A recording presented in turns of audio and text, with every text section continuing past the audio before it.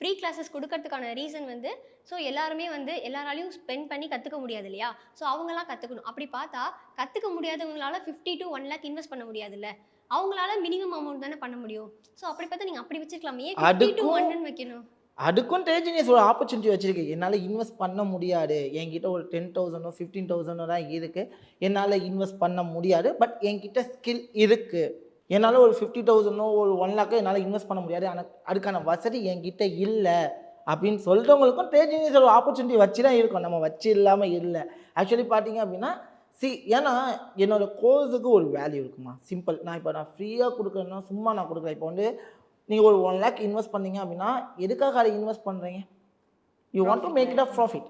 ஏதோ ஒரு something ப்ராஃபிட்ட make பண்ணணும். ஆனா நான் ப்ராஃபிட்ட உங்கள மேக் பண்ண வச்சுட்டேன் அப்படின்னா, நீங்க என் கூட லைஃப் லாங் என்ன பண்ணுவீங்க? ஓகே நசீர் சார் இருக்காரு. Nazeer sir travel. கூட லைஃப் லாங் டிராவல் பண்ணலாம்னு நெனச்சு, என் கூட லைஃப் லாங் டிராவல் பண்ணுவீங்க. எனக்கு அதுதான் வேணும். அந்த லாங் டைம் டிராவல் தான் வேணும். ஆனா, இங்க வந்துட்டு பார்த்தீங்க அப்படின்னா, என்ட்ட 50 டூ 1,00,000 இன்வெஸ்ட் பண்ண முடியாத பெர்சன்ஸ்க்கு வந்துட்டு, நாங்களே இன்வெஸ்ட்மென்ட்ஸ் குடுக்குறோம்.